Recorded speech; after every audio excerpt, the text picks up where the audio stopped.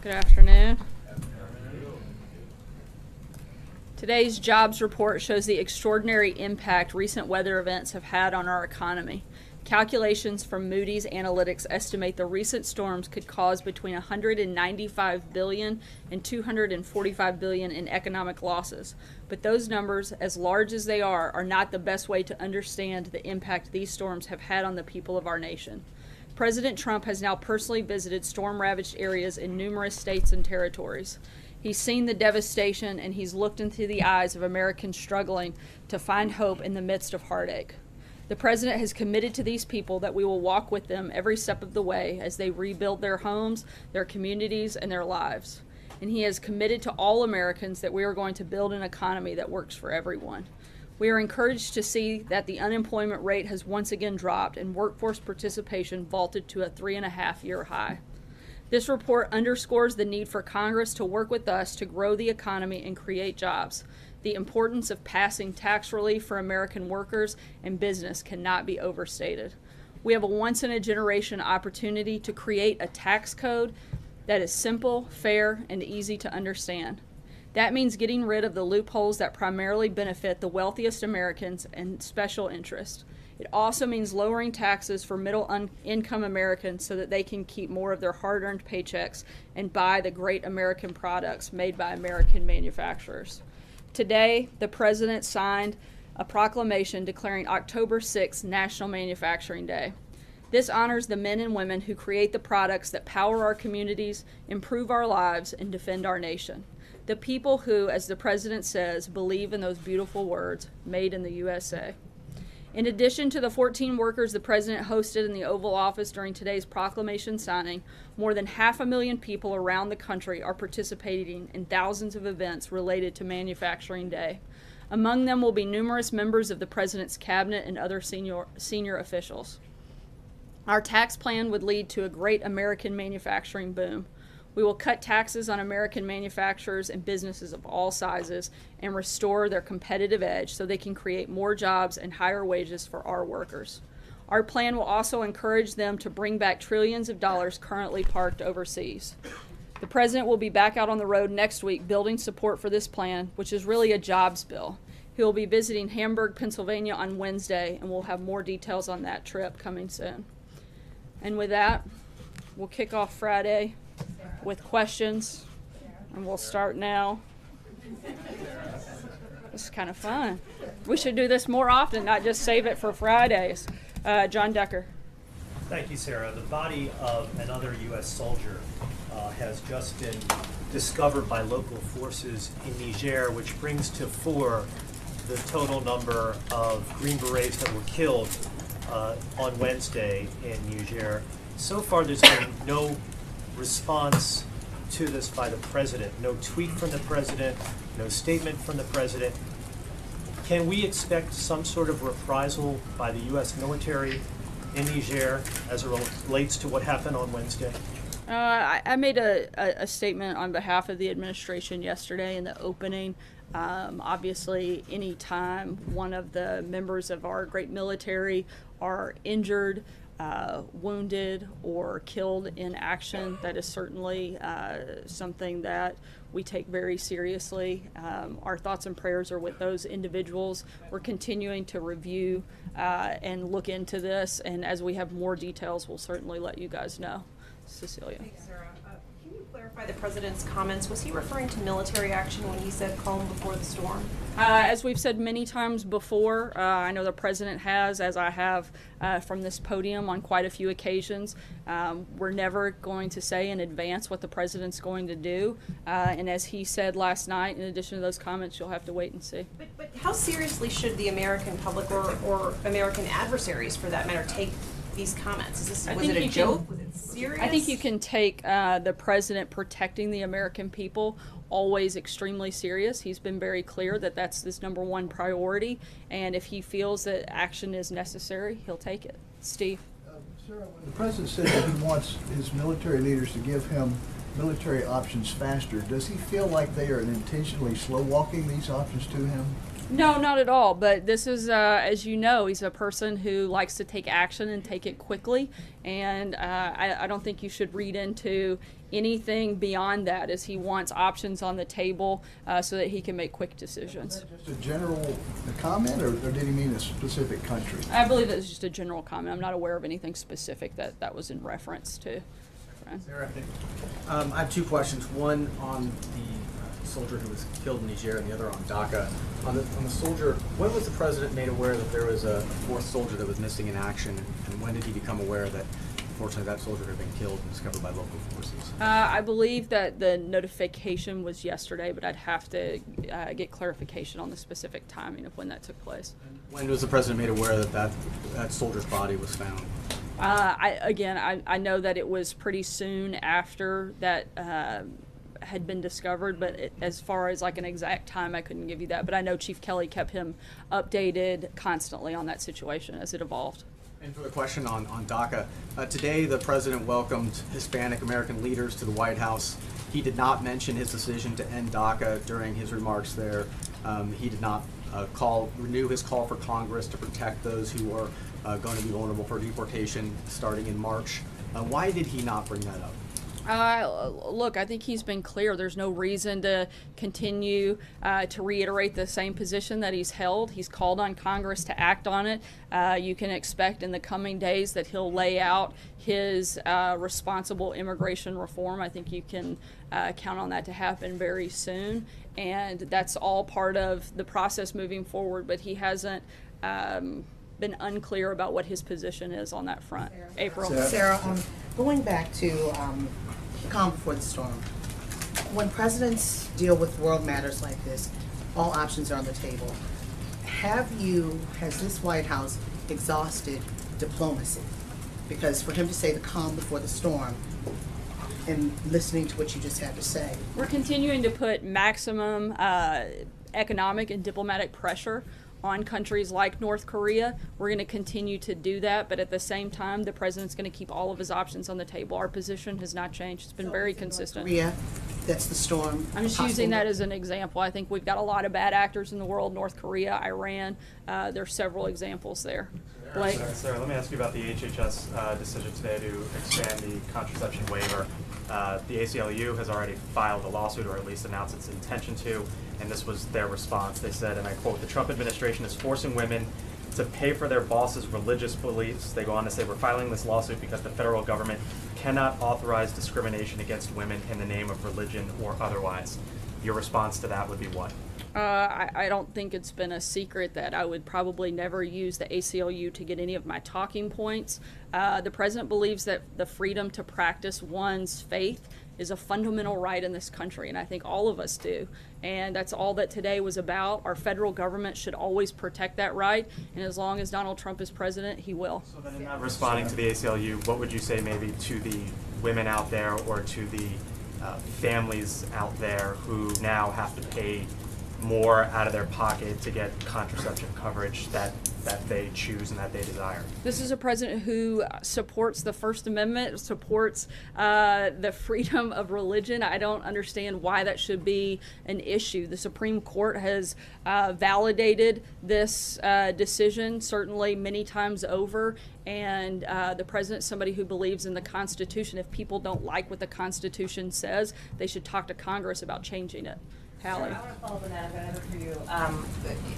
Given the lawsuits that the ACLU has already filed, said it would plan to file, is the administration prepared to defend this contraceptive mandate rollback all the way to the Supreme Court if need be? The Supreme Court's already made clear what their position is, and it supports what this administration has done. There will be a legal fight that escalates to the Supreme Court I level. think if it does, it'll show that this administration is on the right side of the law. And then my question, Sarah, was just on the calm before the storm issue again, because if the president wants to preserve Why wouldn't we ask the same question? Well, it's a different question, It's actually. Friday, so I thought maybe we'd change it It's up. actually a follow-up, because if you said the president wants to preserve an element of surprise. So if he wants to preserve an element of surprise, why would he dangle hints about his actions in the first place? I don't believe he did. Matthew. You'll find out and brought up a calm before the storm. So he unprompted. He didn't talk about any specific actions at all. Matthew. If I could ask two questions. First, following up on the HHS change, does the White House have any estimate of how many people could lose access to birth control under this change? I'm not aware. I'd refer you to HHS for specifics on that data. Just a quick follow-up on a different topic. The president repeated earlier today that the U.S. is the highest taxed nation in the world. That's not true. So why does he keep making that statement? Why does he stick to that talking point? I believe there are specific sectors within the country that are among the highest taxed in the world, and we'll be happy to provide. We'll be happy to provide that data to you, John. Thank you, Sarah. I have two questions. First, there's been rumors that Prime Minister Tsipras of Greece will come here on the 17th, meet with the president, and then meet with the vice president on the 18th, and we've had no confirmation. Is the Prime Minister invited, and is he coming to meet the president and vice president? He is, and I believe that date is correct. The 17th, I believe that he'll be here on that date. The other thing is that the administration has had a vacancy without a permanent Secretary of Homeland Security for 2 months, which is a record for that position not operating with a permanent secretary. Are we going to have an announcement on a choice of a permanent secretary within days, next week perhaps? And rumors are consistent, he will make Elaine Duke the permanent secretary and send her appointment up. True or false? I'm not going to get ahead of any announcement that the president may make about a permanent person, but I will say that acting Secretary Duke is very competent and has managed the Department of Homeland Security very well in a very tough and trying time given the hurricane season that we've had, and certainly have not wanted to make big shifts in leadership during this time, and while there's so much going on there. In terms of a timetable, we'll keep you posted when we have an announcement on that front. Opinion too, right? I'm sorry? That's what you just said about Secretary Duke. The testimony you gave is the president's opinion of her as well. Yes, he's happy with the job that she's done as the acting secretary. Jordan? Thanks, Sarah. Senator Cornyn said that the immigration principles that are being floated out there would be harmful to the DACA negotiations. He believes that DACA should be kept separate from any discussion about legal immigration. What is the White House response to that? I mean, are you guys committed to attaching legal immigration to the DACA debate? We want to make sure that whatever we put forward is a responsible immigration reform. That's not one piece of this process dealt with separately. We need to make sure that we're addressing all the problems so that we're not dealing with this again in 2, 4, 5, 6 years, but that we're putting forward a very thorough and full plan. And that's what you're going to see coming from the administration in very short order. Fred? Oh, thanks, sir. 2 questions. First, does the White House have any view on the CFPB rule on payday lending? Not that I'm aware of. I'd have to check on that and circle back with you. And just to follow up on that topic, there have been some House Republicans who believe that there's already cause for firing Richard Cordray, going back to his handling of the Wells Fargo case. Why hasn't the president taken action? I mean, does he approve of the job that Cordray has done so far? When we have any personnel announcements on that front, we'll certainly keep you guys one posted. more. That's 2 already. I'm going to have to move on. Margaret, sorry. Two quick questions for you. One, there have been some rumors about the future of Secretary of State Rex Tillerson today. Can you continue to say the president remains confident in him as Secretary of State? He does. As he said yesterday, or 2 days ago, as I said yesterday, nothing has changed despite what you may read in the media or watch on TV. I would certainly trust the president in my comments far above those of other reporters. And I want to ask you, the president, words matter. The president can move markets. He can cause miscalculation when it comes to adversaries. In the context of the questions asked of you today, when you've been asked what he meant by calm before the storm, you've mentioned North Korea, you've mentioned Iran. There's the implication that there is some kind of military action. There was some sort of forecasting there. Can you clarify if we are interpreting things correctly? I haven't been specific about anything. I've also talked about the fact that we're continuing to put maximum economic and diplomatic pressure on countries like North Korea. I'm simply saying that all options are on the table as they have been, and we're not going to announce what actions we'll be taking until that moment comes. Why did he say that? Sarah, can you be more specific about the president's position on bump stocks? Would he be open to legislation clearly banning them? As I said yesterday, we want to be part of that conversation. We want to gather more information. We're going to continue to do that over the coming days, and that's the current position. It hasn't changed since yesterday. Thank you, Sarah. 2 questions, if I can. Why not? I asked you about Senator Corker a few Just weeks not back. 3. 2's the one. Just 2. I asked you about Senator Corker and some of the comments he made a few weeks back. Earlier this week, he said that Secretary Tillerson, Secretary Mattis, and General Kelly are basically what's keeping the country separated from chaos. And he said that there are other people in the White House that aren't, putting forth policies in a coherent fashion. Do you have any response to Senator Corker's statement? Look, I think that the president is the one that's keeping the world from chaos. He has an incredible team around him that's helping him lead that effort, and he's had tremendous accomplishments on the international stage by working with allies and confronting enemies. We're going to continue doing that. We're going to continue doing that as a team with the president leading that effort. Is General Kelly helping to lead that effort? Is General Kelly? I'll come back to you. We have Sarah, time. Getting back to these calm before the storm comments, I wanted to ask you about that in a different way. There's a theory in Washington, and forgive me if you've been asked about it before, that the president subscribes to this madman theory, that if he makes a lot of unsettling, off-putting comments that sort of throw people off, that he likes to keep his adversaries guessing. That's sort of the point of making comments like calm before the storm and so forth. What is your sense of that? Is there anything to that? I think the president's addressed this himself. He certainly doesn't want to lay out his game plan for our enemies. So if you're asking, is the president trying to, do that? Absolutely. I mean, I don't think I don't think that that's a secret. I wouldn't say necessarily that he's trying to throw people off, but he's not trying to broadcast or telegraph his exact actions. I think we've seen what a failure it is when an administration does that, and this is a president who's going to do it differently and do it better. Just a quick follow-up on that. So when people when they sort of catch their breath in this town, when they sort of hold their breath in this town, when he says something like that, you have a smile on your face. I mean, is that somewhat satisfying? No, I just picture people in this town actually holding their breath. That might be a welcome surprise for most of America. Go ahead. Sarah, just one more thing I want to pick up on what Margaret was trying to get at, I think, is let me put it to you this way. Can you exclude the possibility that the president was actually just being mischievous? That he was messing with the press a little bit when he made that comment? I wouldn't say that he's messing with the press. I think we have some serious world issues here. I think that North Korea, Iran, both continue to be bad actors, and the president is somebody who's going to always look for ways to protect Americans, and he's not going to dictate what those actions may look like. I don't think there's anything beyond that that I can add on that front. Substantive question on Iran.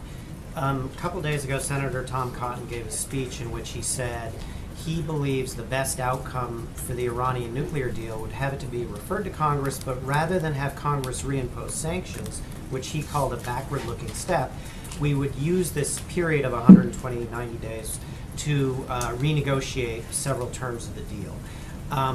Does the White House think that that sounds like a plausible, like a good way to deal with the Iran nuclear deal? I'm not going to get ahead of the president's announcement on the decision that he has. What I can tell you is the president isn't looking at one piece of this. He's looking at all of the bad behavior of Iran, not just the nuclear deal as bad behavior, but the ballistic missile testing, destabilizing of the region, #1 state sponsor of terrorism, cyber attacks, illicit nuclear program. He wants to look for a broad strategy that addresses all of those problems, not just one-offing those. That's what his team is focused on, and that's what he'll be rolling out to address that as a whole in the coming days. Steve? Follow up on that. Is it the president's wish that Congress reimpose sanctions on Iran for those bad acts you're talking about? Again, I'm not going to get into the details of what the president's decision is until he makes that later in the week. Another question about Cuba, Sarah. Sarah, about Cuba.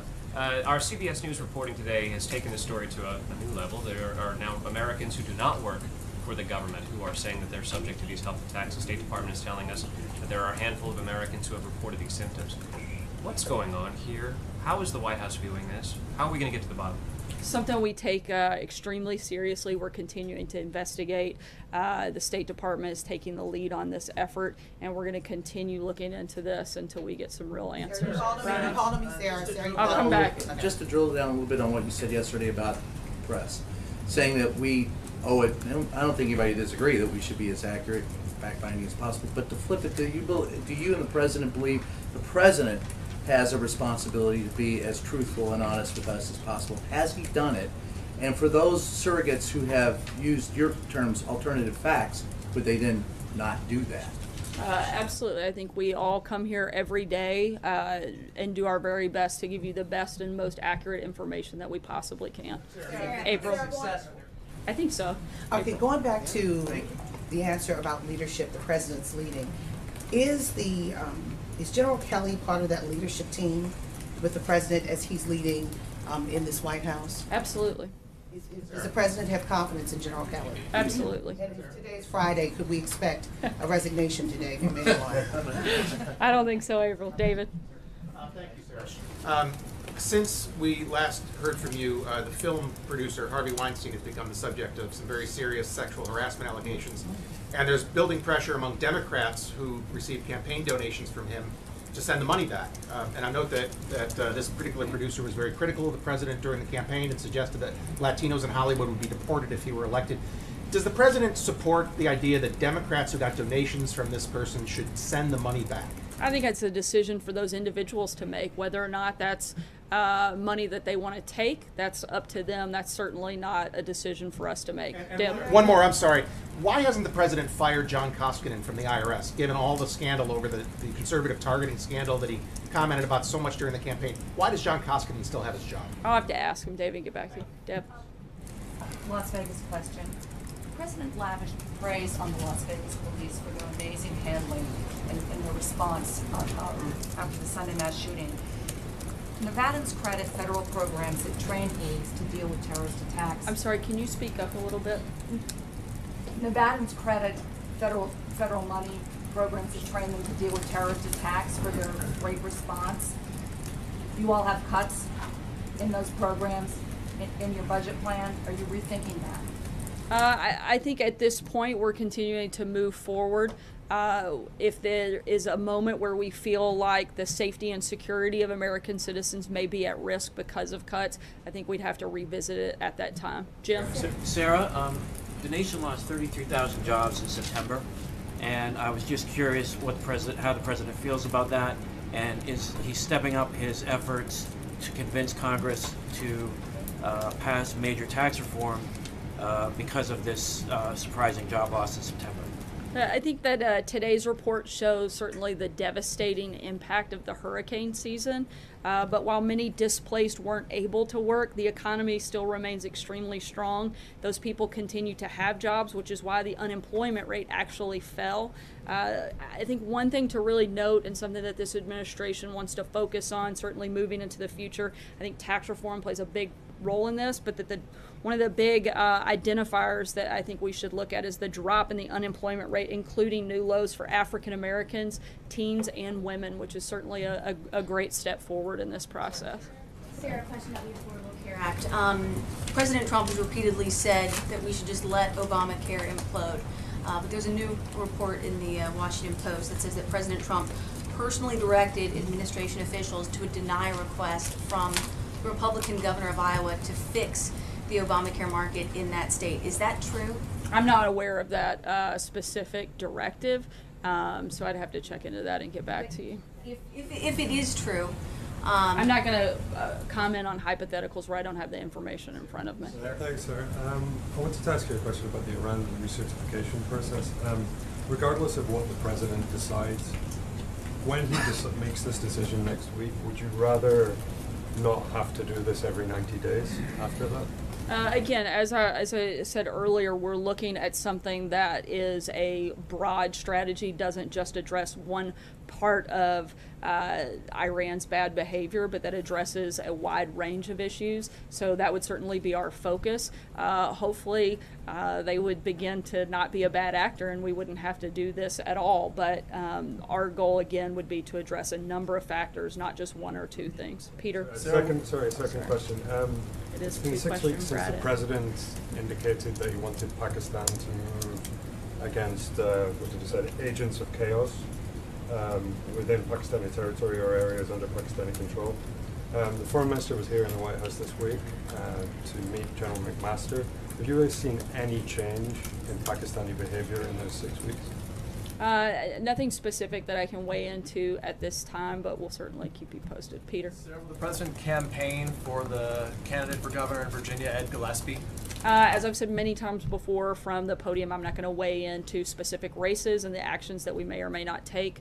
And I think that's a great place to end us for Friday. And I hope everybody has a great rest of your Friday and a good weekend. Thanks, guys. You didn't frankly have the balls to put country before party.